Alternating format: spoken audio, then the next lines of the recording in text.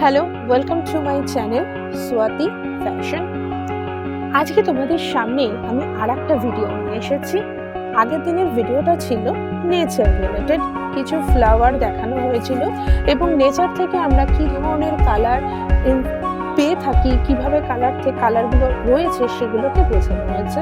তবে আজকের ভিডিওটা টোটালি ডিফারেন্ট। আজকে টোটালি একটা ব্রাইডাল কলকা ডিজাইনস নিয়ে আসা হয়েছে।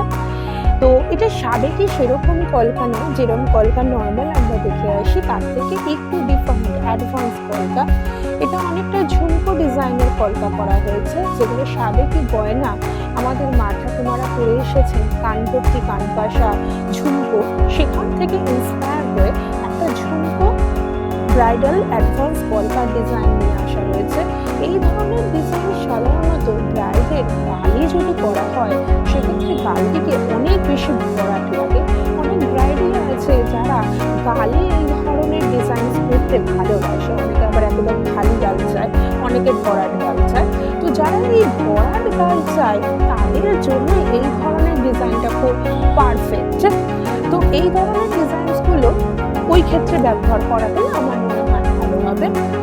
আর অনেকের মনে প্রশ্ন যাচ্ছে যে সাদা কাগজের ওপর কেন কলকা ডিজাইন করানো হচ্ছে? ব্রাইডাল কলকা এটা তো সাধারণত ব্ল্যাক আর্ট পেপারের ওপর হয়, কিন্তু সেক্ষেত্রে এই বেসিক ফর্মটা দেখানো যায় না। সেক্ষেত্রে ডাইরেক্ট ফ্যাব্রিক কালার আমরা ইউজ করে থাকি।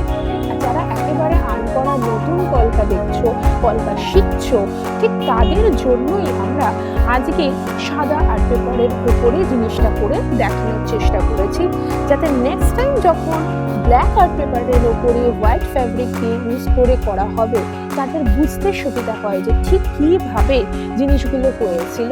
কারণ পেন্সিল স্ট্রোক দিয়ে যদি আমরা ডিজাইনটা করতেই না শিখি তাহলে আমরা কোনোভাবেই ফ্যাব্রিক দিয়ে ওটাকে দাঁড় করাতে পারবো না। বেসিক হাতটা কিন্তু এখনই সেট করা দরকার, ঠিক সেই কারণে এভাবে করা হয়েছে। আর অ্যাডভান্স কলকার ক্ষেত্রে শুধু সাদা আর লাল কালারের ওপরেই আটকে থাকে না বিষয়টা, সেক্ষেত্রে আরও কিছু ছোট ছোট কালার ইউজ করা হয়। তো সেগুলো আমাদের নেক্সট ভিডিওগুলোতে দেখানো হবে যে ব্রাইডালের ক্ষেত্রে অ্যাডভান্স কলকার ক্ষেত্রে কী কী কালার কম্বিনেশন দেওয়া যেতে পারে যাতে ব্রাইডকে আরও ভালো লাগবে। Thank you for watching my channel.